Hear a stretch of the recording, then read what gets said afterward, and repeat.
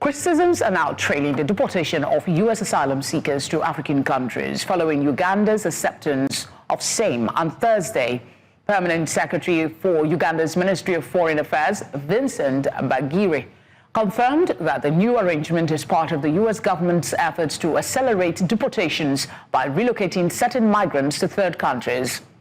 Uganda joins other East African nations such as Rwanda and South Sudan in this agreement, expanding Washington's network of countries accepting migrants displaced by U.S. immigration decisions.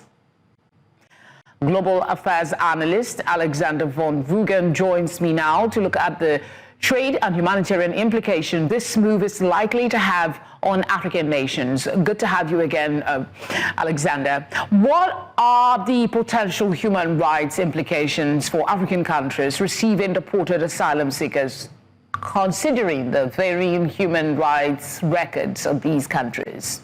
Alexander, I cannot hear you. See if your device is muted again. My apologies.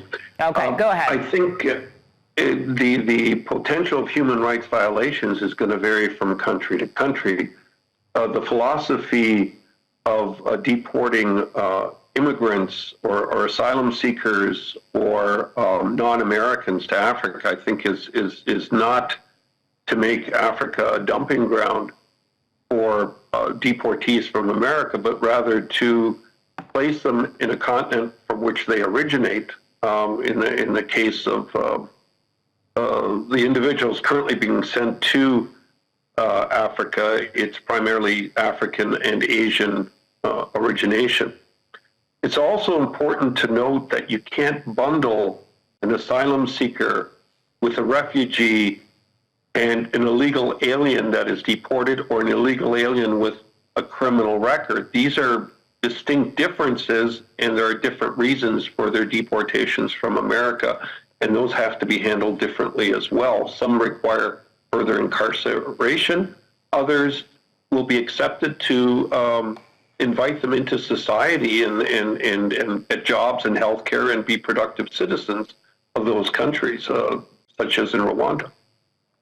How does the U.S. decision to deport asylum seekers differ from European countries' approaches to migration, particularly in the light of EU's recent efforts to tighten migration rules and deportation policies? I think Europe has been overwhelmed with migrants and is currently overwhelmed, and that's why they're now seeking alternatives, because their systems are getting crowded and underfunded. England, for example, is also looking at sending asylum seekers awaiting approval to Rwanda until such approval might be given, and they're trying to discourage dangerous and illegal migration across the channel, where so many families have perished in waters and drowned. No one wants to see that. What economic and social implications can be expected for African countries like Cameroon and Uganda, which have seen significant numbers of deported asylum seekers return, often with traumatic experiences? Uganda is particularly overtaxed. They're approaching 2 million refugees in their country, or asylum seekers. They are underfunded now. In fact, they're busting at the seams, and they're appealing for assistance. Now, this is further complicated by the fact that Trump has also defunded the UN, and he's defunded U.S. aid, which in turn used to support many of the NGOs in Africa. He's advocating trade, not aid. So I think what we should also look at, we're not getting a disclosure as to what the deal is in Uganda for America sending deportees to Uganda. What is the deal? What does it implicate as far as business goes?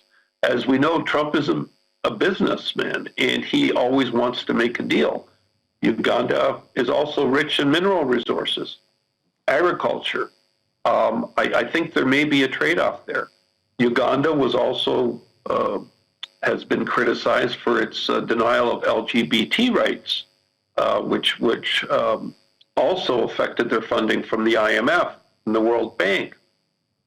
Trump, I think, may acknowledge that each society and culture has their own norms and rules, and he just wants to do business. So I would think there's going to be some other deals other than just housing asylum seekers in Uganda. I think it's much more broader based than that, and that's why we're not hearing what the underlying conditions are for each deal.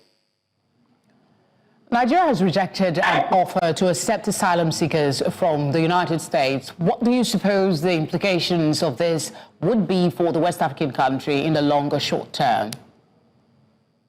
Well, I think in a perfect world, the Nigerian people would welcome asylum seekers, but I think it's a matter of dealing right now with internal displacement problems that Nigeria has. They're also one of the most populated countries in Africa, at about 230 million people.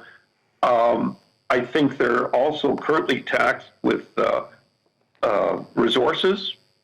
There's a shortage of education for asylum seekers' children. It would tax the Nigerian population, which is already overtaxed. So I think in the future, that has to be fixed first before you can invite foreigners in. So I think it's a common sense decision to say no thank you at this point. Alexander, as always, thank you very much for being here. My pleasure.